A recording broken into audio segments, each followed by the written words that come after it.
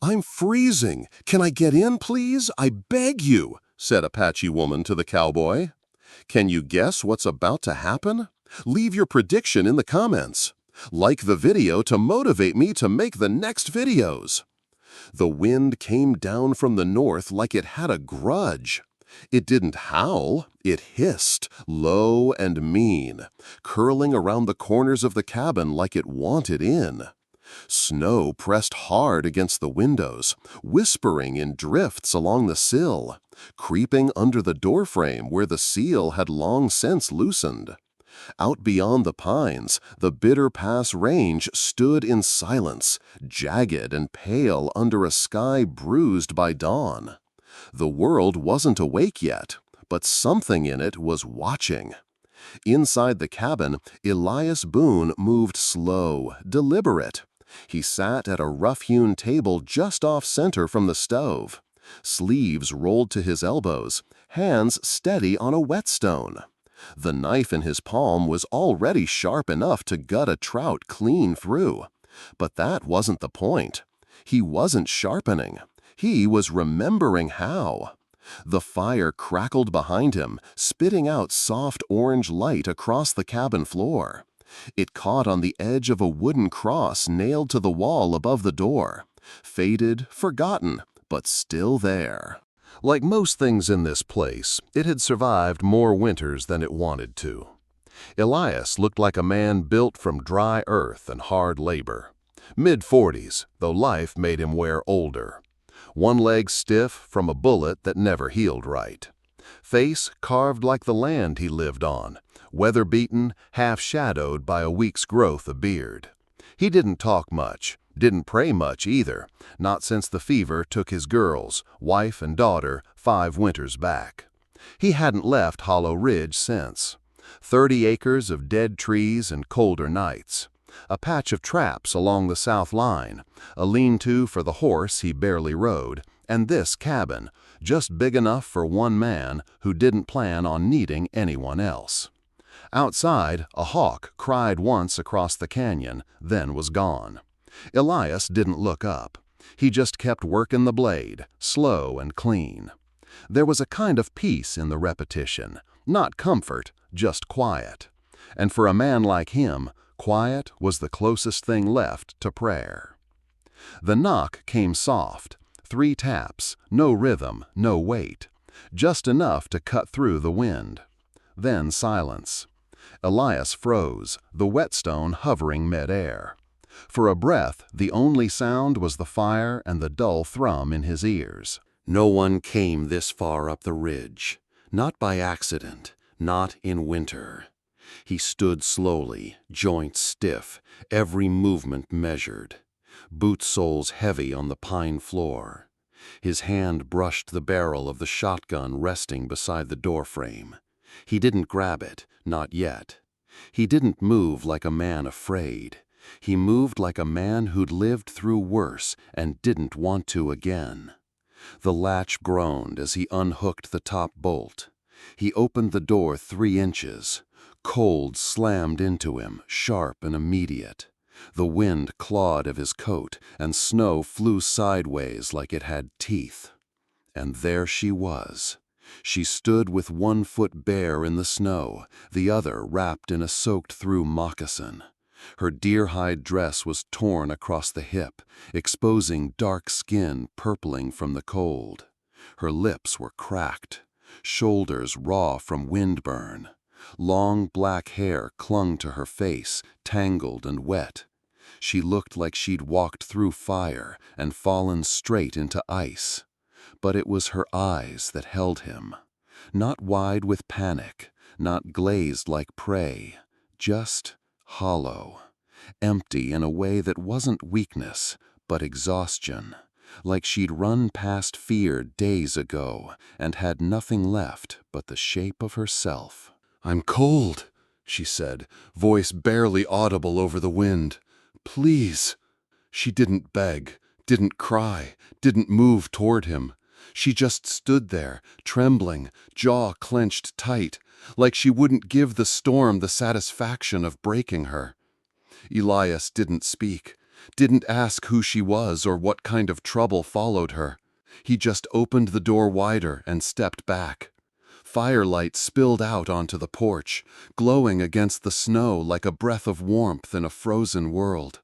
She stepped forward, slow, careful, like the floor might give way beneath her. He closed the door behind her and latched it again, this time not to keep something out, but to keep her in. Inside, the cabin felt smaller with her in it, but not crowded, just different, like the air had shifted, like the silence had found a second voice. She dropped to her knees by the stove, shoulders hunched, hands hovering inches from the fire. Her fingers were shaking so hard, the bones looked like they might rattle loose. The blanket slid off one shoulder as she leaned closer, but she didn't seem to notice or care. Elias crossed the room, pulled the thick wool from his cot, and draped it over her without touching skin. She flinched slightly, then stilled. No thank you. No look back. Just breath. Slow, shallow, fogging the space between them. He poured warm water into an old tin mug, set it near her side, and returned to his seat. She didn't reach for it. Not yet. She was still letting the heat find her bones. Outside, the wind slammed against the cabin walls. The logs creaked, the roof groaned. But inside, it was quiet but for the fire. Elias watched her, not openly, but enough. Her dress was handmade, beadwork frayed at the seams. Her ankle was raw. Her hair hung like threads of ink over her shoulder. He didn't ask where she came from, didn't ask who she was running from. The bruises told part of it, the silence, the rest. She finally reached for the mug with both hands, cradling it like something holy. Her lips touched the rim, and she sipped, slow, careful, still not looking at him. He stood again and went to the shelf above the cot, pulled down an old flannel shirt, thick socks, and a pair of worn long johns. They'd be too big, but dry. He set them near her without a word. "You can change here," he said quietly, voice like gravel warmed by whiskey. "I'll turn my back." She hesitated, then nodded once. Elias walked to the door, turned, crossed his arms, and stared out at the snow. Behind him, fabric shifted. The sound of cold clothes peeled from skin. No whimpers, no embarrassment, just movement. "Done," came her voice, low. He turned back. She sat in his flannel, sleeves long past her wrists, socks bunched at the ankles. Hair pulled from her collar, still wet but clean now. Her face wasn't softer, but steadier. "You'll stay the night," he said. She nodded. That was all. And for the first time in 5 winters, Elias Boone wasn't the only one breathing beneath that roof. Inside that old timber cabin, time didn't tick the same. It breathed slow, deep, like the snow outside, quiet, heavy, unspoken. Elias moved like the walls did, sturdy, creaky, never in a rush. His days were measured by the fire's hunger and the wind's howl. He spoke little, thought less. Most winters, silence had been his only guest. But now it had company. Ione stayed on the cot by the far wall. Wrapped in wool, skin healing from windburn, eyes tracking shadows like they might bite. She didn't speak much either, just nodded when he placed her meals nearby. Accepted a refilled mug with a glance. They lived in parallel lines, close but never touching. He'd watch her when he thought she wasn't looking, the way she folded the blanket tighter around herself when the wind shrieked at night, how she always faced the door in her sleep, even in rest, never at ease. Sometimes she'd wake just before dawn, sit up and stare into the embers. He never asked, why she never explained. Elias didn't try to fix her, didn't ask what tore her up. But he started placing things differently, moved the extra coat to the peg closest to her bed, poured 2 mugs of coffee instead of 1, let the fire burn longer at night, even when the woodpile was shrinking fast. She noticed. Maybe not the coat, but the coffee she did. One morning she reached for it before he did, Didn't say thank you, just held it in both hands as if warmth was something sacred. By the fourth day, they moved like people who knew the rhythm of the room. She stepped aside when he reached for the kettle. He handed her a tin of biscuits without looking. It wasn't comfort yet, but it wasn't fear anymore. Outside, snow piled high against the ridge. The wind screamed like a ghost who'd lost its name. But inside that cabin, the silence changed shape. It stopped echoing, started breathing. One night, while Elias sat sharpening the same blade he didn't need, Ione crossed the room without a word and added a log to the fire. Her hands trembled from old cold, not fear. She didn't look at him, just sat back down, same as always. He said nothing, but the sound of that wood catching flame said enough. Later that night, as they sat in their separate corners, Elias stared into the fire and thought, not for the first time, there's peace in silence, if you don't fear what it hides. The first sign came in thread. Elias found the sleeve of his flannel shirt stitched one morning, neatly, cleanly. The fabric had torn weeks ago, but he hadn't bothered with it. Wasn't much use fixing old things that only ever saw wood smoke and blood. But now it held together, tight stitches, reinforced at the elbow, and a single red bead tucked near the cuff, Apache style. He didn't ask, she didn't offer. But when he slipped it on, it felt warmer somehow, like it belonged to the present again. That day, he left the second coat on the hook by the door instead of folding it. When Ione rose from the cot, she looked at it, then him. No words. Just pulled it down and wore it, sleeves too long, shoulders too wide. But she didn't take it off, not even when she cooked the oats. Yes, she started cooking. First it was the water, then the oats, then the slow shore stirring with his mother's old wooden spoon. Elias came in from checking snares, soaked and stiff, and found her at the stove, barefoot still, hair tied back with twine, the smell of cinnamon rising in the steam. He didn't say a word, just sat. She served. They ate. It became a rhythm. She swept the floor without being asked. He restocked the kindling without saying why. She laid a clean rag across the table each morning. He sharpened the kitchen blade with more care than his own rifle. None of it was discussed. All of it was noticed. One evening, Elias boiled water and brought it to her seat near the fire. "For your foot," he said. First words he'd spoken all day. She blinked, then nodded. He pulled the blanket aside, cradled her ankle gently, and unwrapped the cloth. Skin red and cracked, healing slow. He dipped the rag, wiped carefully. She flinched once, then settled, watched him. "You done this before?" she asked. He didn't look up. "Too many times." She smiled, barely there, but real. Later that night, she added 2 logs to the fire instead of 1, and left a folded cloth near his cot. He touched it before sleeping. Clean, scented faintly with cedar. She'd used his old shaving soap to wash it. She'd gone through his things, and he hadn't minded. By the end of the week, they had a pattern. He'd wake to the sound of movement, not wind. She'd be by the window, hair braided, boots on. He'd hand her a tin of beans. She'd pour half in a second bowl. 2 spoons clinked. They didn't pray, but it felt like grace. One afternoon, she found his old toolbox in the shed and brought it inside. Cleaned the rust off the hinges. Oiled the drawer runners. He watched her fingers work with quiet precision, like they knew how to fix things, like maybe they once tried to fix someone. He wanted to ask about that, about what her hands remembered. But instead, he handed her the rag she used to wipe the lid. A gesture, a rhythm.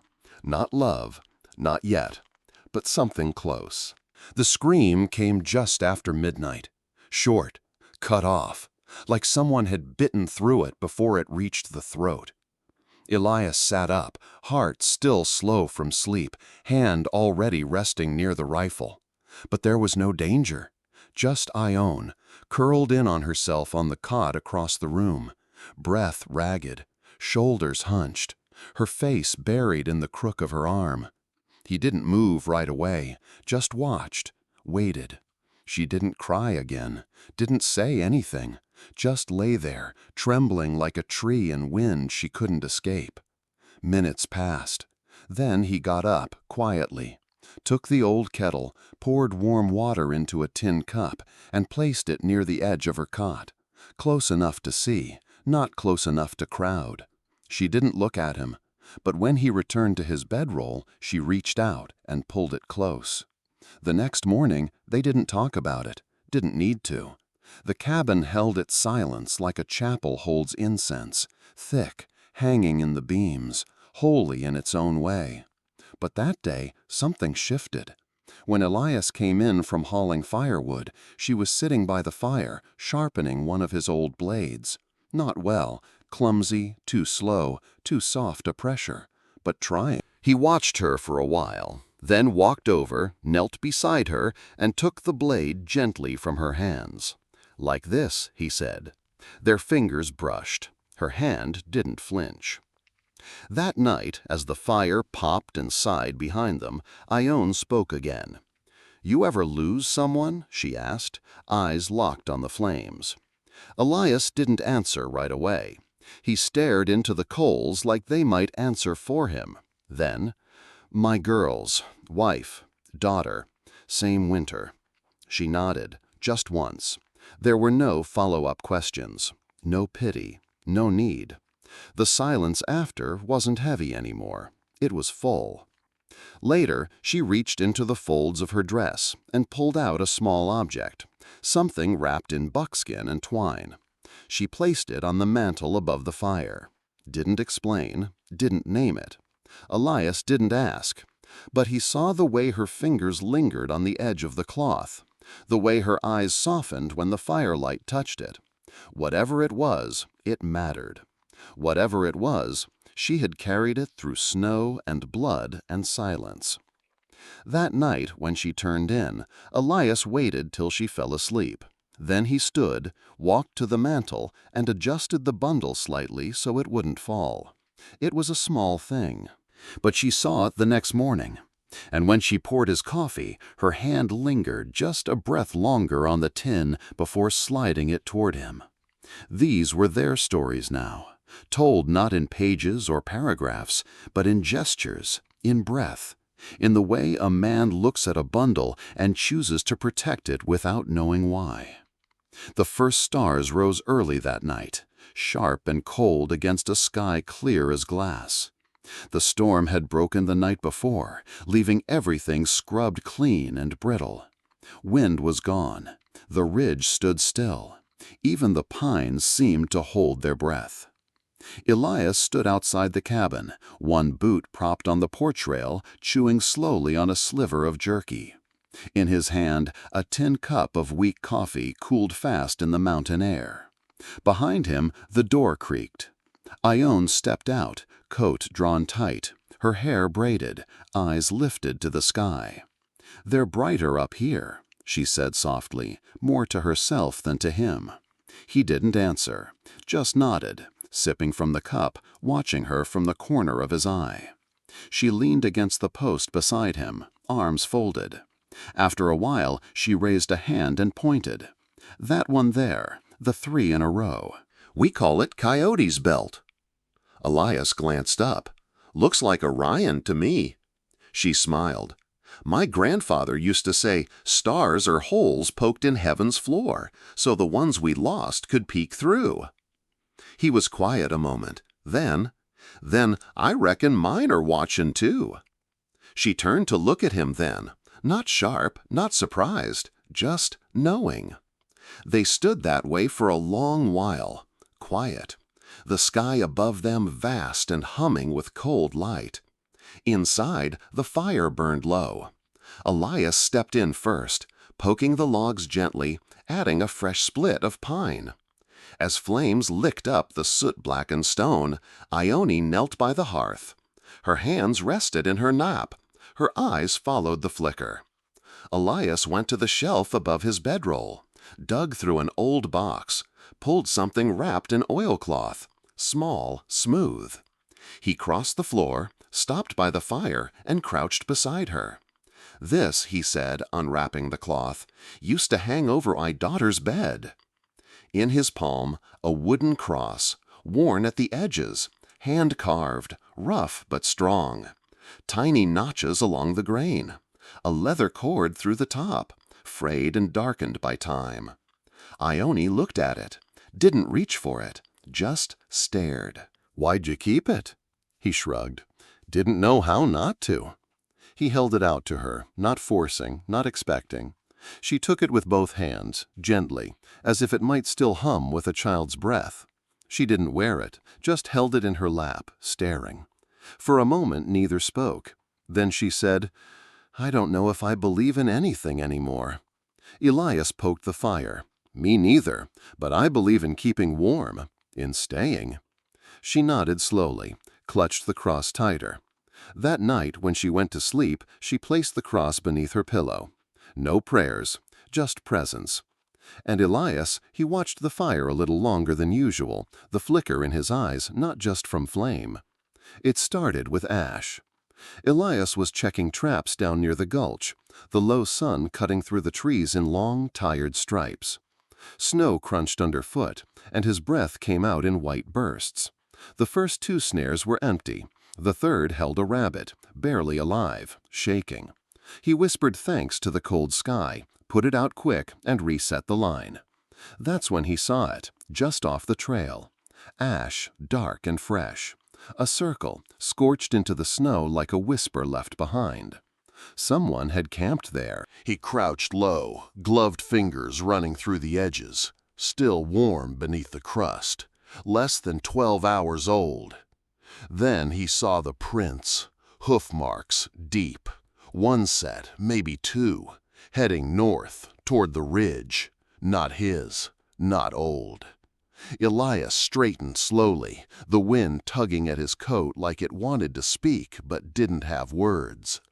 When he got back to the cabin, the first thing he checked wasn't the fire. It was the back door.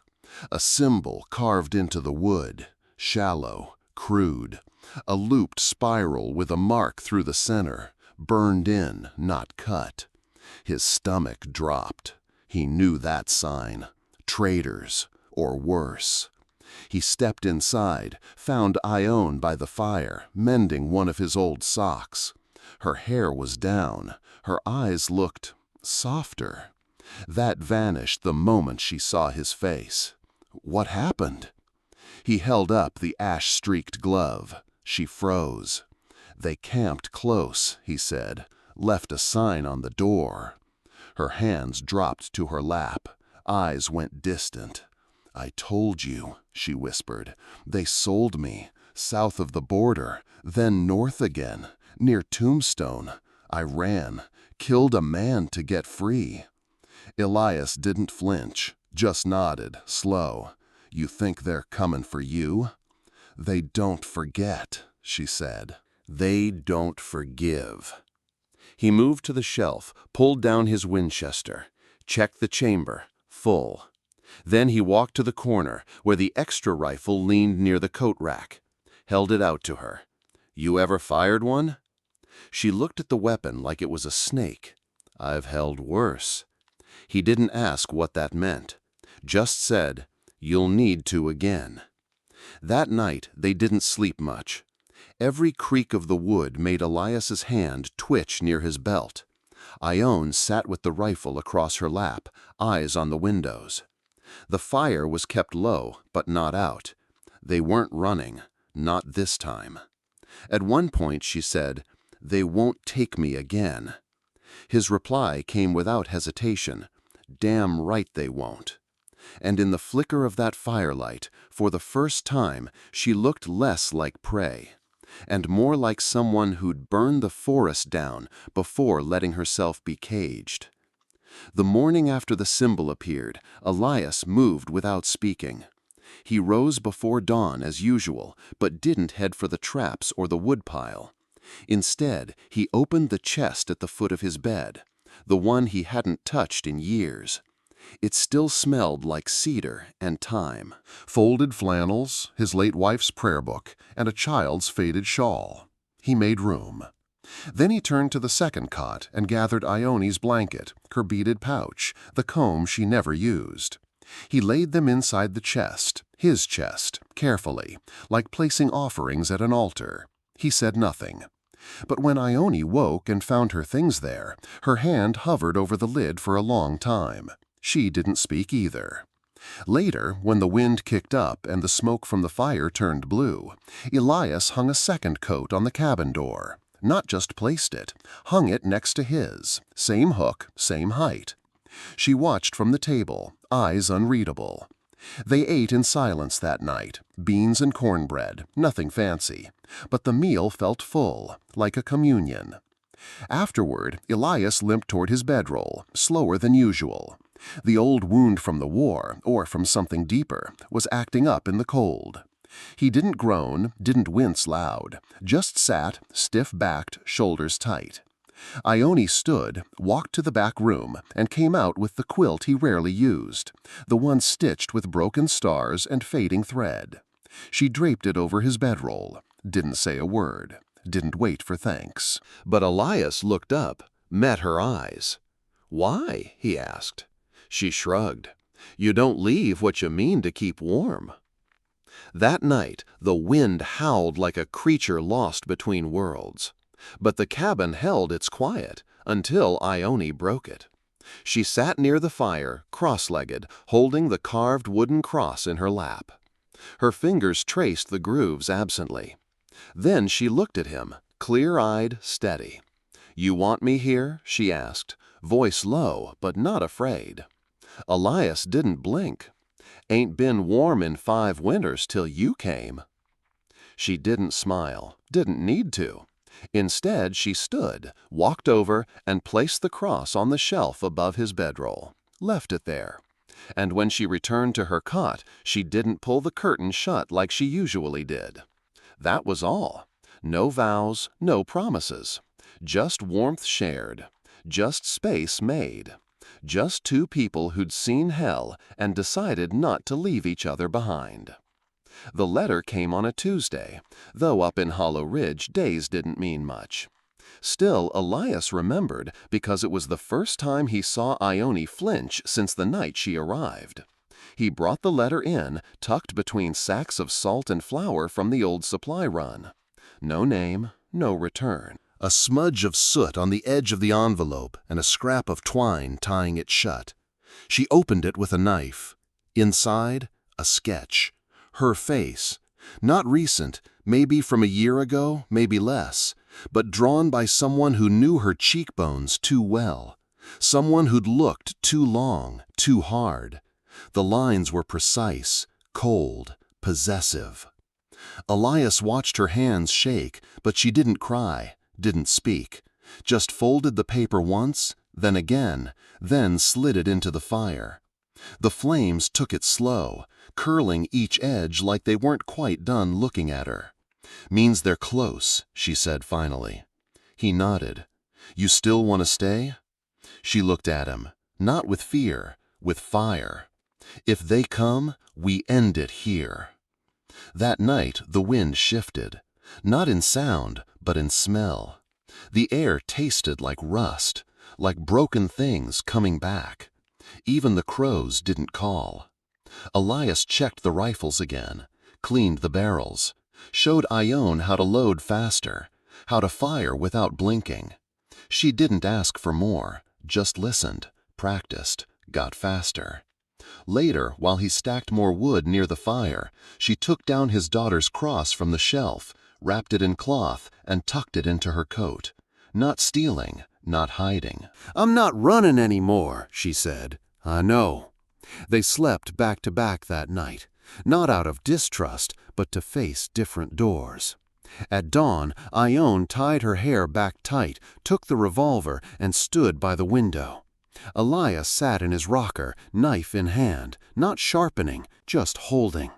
They didn't talk about what was coming. They didn't need to. The quiet was no longer an absence, it was readiness. Outside, clouds gathered low, heavy, gray, like they were carrying something too dark to hold much longer. Inside, two souls stood still, waiting, not to flee, but to fight. Climax. Elias Boone woke before dawn, long before the cabin stirred. Outside, the wind had died to a whisper. Snow lay heavy and quiet across Hollow Ridge, everything frozen in a breathless hush. He fetched the rifle from the corner, old Winchester, worn sling, ready hands.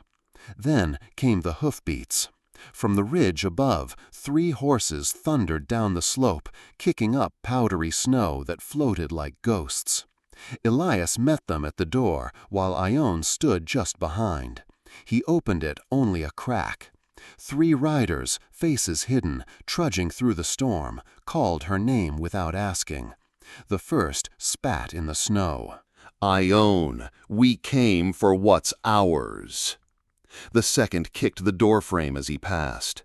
The third left a dark mark carved into the wood, a spiral-slashed symbol Elias still recognized from horror stories told at mission stops, used to claim ownership over someone like livestock. Elias stood straight, gun in hand, not raised, just steady.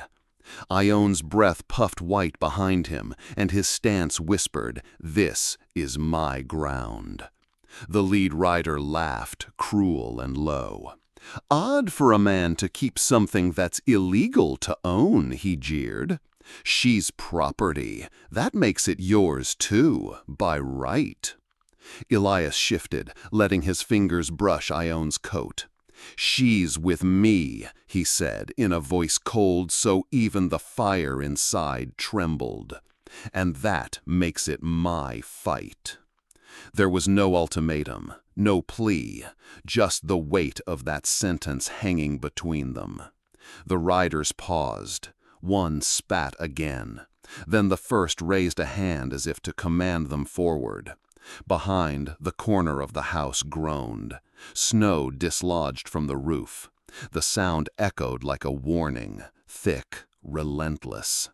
Elias slid the door shut with measured effort, barred it, locked it, moved between Ione and the door. They knocked again, this time harder. Hammering. Elias's shoulder block did not yield. He held firm, no panic, no siren, just resolve. Then Ione stepped forward quietly and placed her hand on his rifle. No fear in that gesture, just presence, steadiness. Elias didn't look at her, only at the door, but the gun in his grip tightened. Outside, hoofbeats retreated, fading echoes across snow. Their shadows slipped away. Inside, silence rushed back, denser, heavier. Elias turned to Ione. She looked at him, not startled. Just in the light of early dawn, her face bore the lines of one who'd seen darkness and still dared to remain. No words passed. He didn't offer protection. She didn't need him to promise. He only nodded. She only stood. That pause, that plateau between threat and calm, marked a boundary crossed. She would not be taken again. He would not let her. Then the two stood still inside the door, side by side, watching the snow settle where danger had disappeared. And for the first time, neither of them felt alone. The cabin door rattled under the last knock, as if giving up its breath. Inside, Elias Boone stood firm. The rifle felt like an extension of his arm, stock pressed against his hip. Ione's hand remained lightly on the wood beside him, silent, steady, like she was anchoring herself to something real. "You give her up," the lead rider said from the other side. "We'll move on, but you make trouble." His voice trailed off as he spat again at the snow. "Won't end pretty." Elias inhaled deep. Snow drifted past the sliding crack. The rider's breath came out ragged, harsh in the cold. "She's with me," Elias repeated, this time stronger, sharper. The wind cracked it into the air like a bullet. That makes this my fight." A tense beat. A doe's eye would have darted, drawn on by the noise. No movement from Ione inside, no retreat from Elias. The second rider flicked his boot forward, ready to plunge inside. Elias reflexively raised the rifle, barrel clear of the doorframe. The third rider shielded the first, hand hovering over his revolver. "Shoot," hissed the first rider. "Let's teach the old man a lesson." Elias didn't blink. She didn't flinch. Ione pressed her hand a fraction tighter on his coat, but didn't pull away. The rifle cracked. Wood splintered at the doorframe. A shot rang through the low sky. A single man staggered back, face pale. The door flew open under momentum and shock, and the other two turned, eyes wide with surprise. Elias didn't hesitate. He stumbled out onto the porch, rifle raised again. Ione traded places behind him, rifle in hand, breathing steady. Even though this was her first time facing death like this, Elias knew she wouldn't drop the gun. Two shots echoed. One attacker went down, gripping his shoulder. The other wheeled around into the snow, helmet slipping, stumbling backward. Then all of it was over. The ridge held its silence. Horse hoof prints dissolved into drifting powder. The few vague curses melted into nothing. Elias stood at the threshold. His leg trembled, not from pain, but from adrenaline. Ione stepped forward, handed him back the rifle with a slow nod. "You okay?" He exhaled and rubbed the muscle near his jaw, tight and old. "Yeah." He inhaled the wind again. "We're done?" She pressed back. Her eyes caught fire in the pale dawn. "I'm not going nowhere." He closed his eyes. One long moment stretched between them, alive, crackling with something deeper than fear or loss. When he opened them, they met hers. He lowered the barrel, not dropped it, but the posture changed. He stood human again. She stood beside him, not behind. Elias turned and walked inside. There was no ceremony, no applause. He didn't drop the rifle, just leaned it by the wall and sat at the small table. Ione pulled another chair beside him. The 2 cups of coffee sat steaming. Their hands didn't touch, yet the space between them hummed like wood smoothed by decades of use. He slid something across the table, a small, hand-forged iron ring. No flourish, no speech. It just slid over the grain. Ione's hand hovered above it, but didn't snatch it. She looked at Elias, exhaled slowly, then lifted the ring and slid it onto her finger. Elias gave a slow nod. They drank coffee in calm. The third chair, once empty, stood ready and waiting beside them. No declarations, only the quiet echo of a promise lived without words. The oak door sprang shut behind Elias with a definitive thud, sealing Hollow Ridge in mourning quiet. The wind had died entirely, leaving only the faint echo of distant hoofbeats and a low hum of a winter ridge waking to light.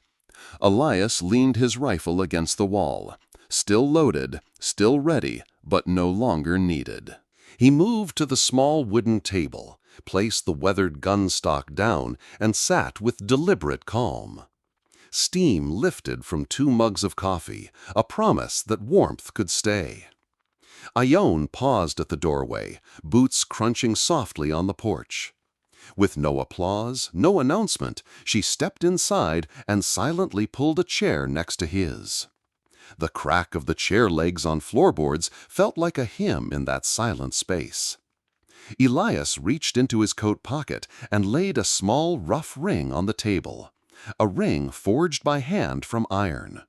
No shine, no engraving, just an imperfect circle, made to fit her finger, made with intention. Across the table, her hand hovered, eyes steady under the lamplight. No speech passed between them. She slowly closed her fingers around the ring and slid it onto her left hand. The metal sat heavy there. The blade of his knife, His coffee, the fire, they were small symbols, but this ring spoke more than any words. Elias watched, expression softening. With the ring on her finger, Ione didn't curl in on herself anymore. She sipped coffee, stared out the frost-laced window, and when she set the mug down, her hand lingered across the table, hovering closer to his own. He didn't reach, but he didn't need to touch it. The space held both gravity and promise. Later, after dinner of stew and bread, Ione stood and pulled an extra blanket over his cot. Again, no hesitation. Then she sat by the fire, hands folded in her lap, watching embers spark. Elias joined her, placing his worn hands atop hers on the armrest of the rocker. They didn't talk. They didn't need to. The chair at the table, the ring, the blanket, they were an unspoken covenant heavier than any oath. When the light faded, Elias stood and closed the shutters firmly. The wind rattled the shutters like bones tapping glass. Ione turned off the lamp and climbed into the cot, the ring glinting pale near her knuckles. He remained seated for a moment longer, his silhouette merging with the firelight. Then he unfurled his bedroll beside the cot and settled in. The blanket was soft and warm, folded precisely so that it covered only parts of his body, not all. Ione shifted under her quilt, settled her face toward him, hair fanned across the pillow. Neither spoke, but the breath that passed between them, slow and calm, felt like the final stroke on an unfinished painting. Outside, the ridge lay still. The danger had passed, or at least had become quiet. But inside that cabin, something had changed forever. Elias closed his eyes. The fire crackled, and lantern light flickered on walls made of log and memory. Ione swallowed, without moving, and whispered across the small space. "You stayed?" He didn't answer, yet his hand barely flexed next to hers. That was all they needed. How are you feeling witnessing this scene? Like video and let us know your emotions in the comments below. Resolution. The sun rose pale over Hollow Ridge, its light bouncing faintly off snow patches that still clung stubbornly to the ground. Inside the cabin, Elias Boone stood at the hearth, watching the embers flicker orange in the gray dawn. The rifle lay silent in the corner. The fight had ended. Ione knelt beside the small canvas feed bag they'd brought from town. She unfolded it, careful with her hands, removing a crumpled sketch. The portrait burned into her memory. With deliberate motion, she placed it on the hearth's edge and set it alight. The flames caught quickly, curling the edges upward until the charcoal lines vanished in soft ash. Ione watched until the last trace turned to powder and scattered over hot coals. She didn't cry. She didn't turn to face Elias, just leaned back and closed her eyes for a moment. That was the end of one chapter. Elias stepped from the shadows and placed a hand on the mantel above the stove. He retrieved a small chisel and, with slow precision, cut letters into the wooden lintel above the cabin door. Ione's Rest. Each line carved into the wood felt like a promise, a statement of place, of sanctuary, of belonging. He didn't say the name aloud. No cheers, no proclamations. He just wiped sweat from his brow, stepped back, and regarded the inscription in silence. Ione rose then, brushing ash crumbs from her sleeve. She stepped outside. Elias followed, rifle slung loosely over his shoulder. They stood before the carved lumber as the morning light filtered through frost on the trees.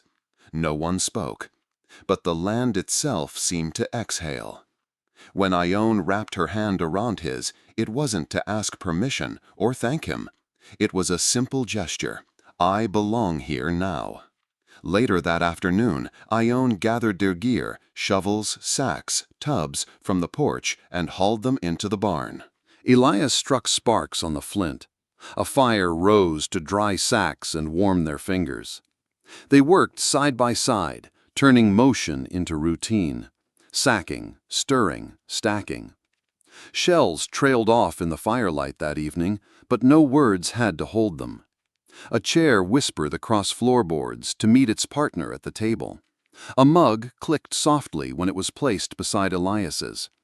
Outside, the wind pressed against the cabin again, but no longer with threat. It rattled across stone and log like applause. Elias finally broke the silence.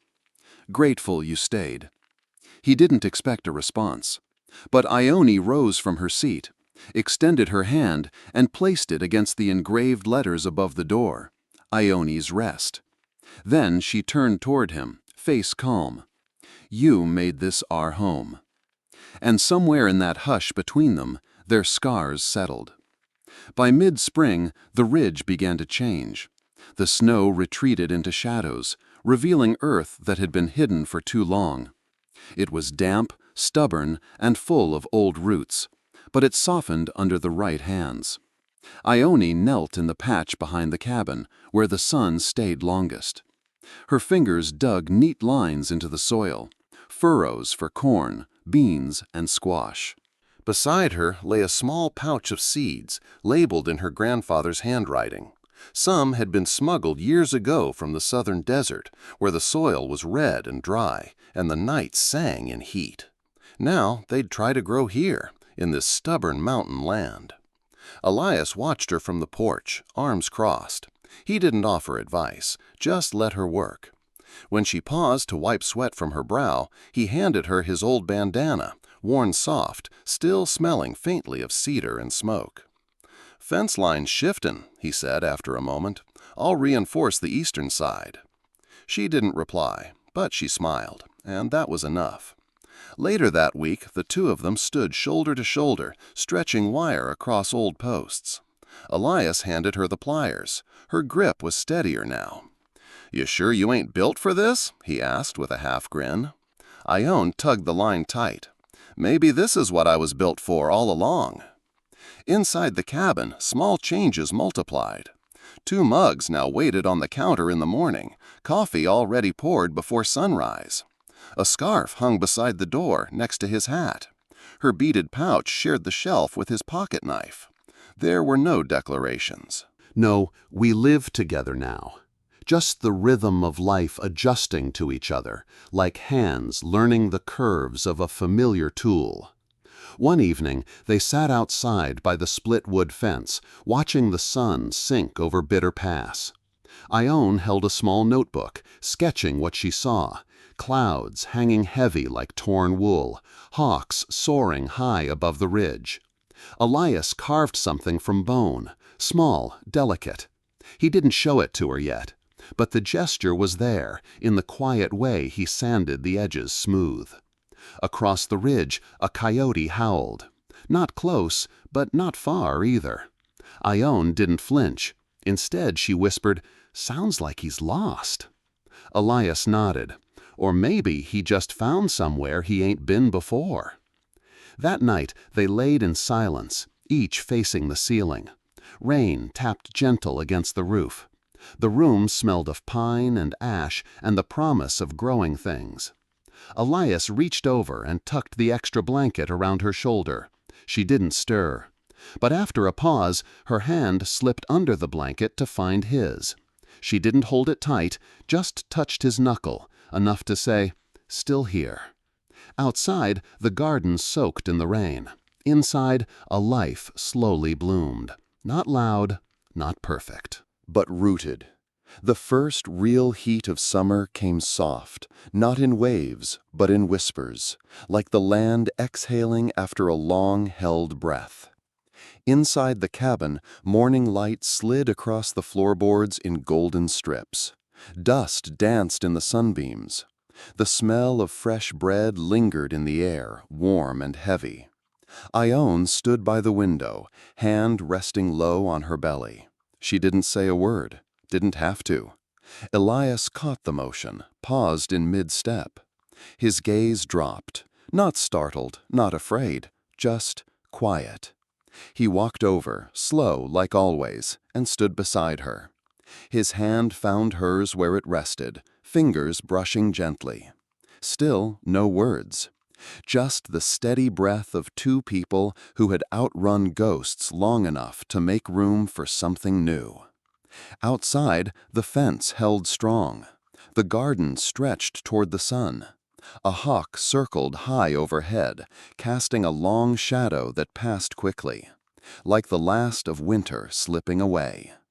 That afternoon, Elias found her down by the creek. She was barefoot, skirt hiked up slightly, humming an old melody that neither of them could name anymore. He watched for a long while, leaning against a tree. She looked back, smile crooked. "Don't suppose you can build a cradle?" He snorted. "Built a fence, built a life. Cradle shouldn't be too damn hard." Evening came wrapped in pink clouds and soft wind. They sat side by side on the porch, mugs warm in hand. A rabbit darted past the garden, chased by nothing.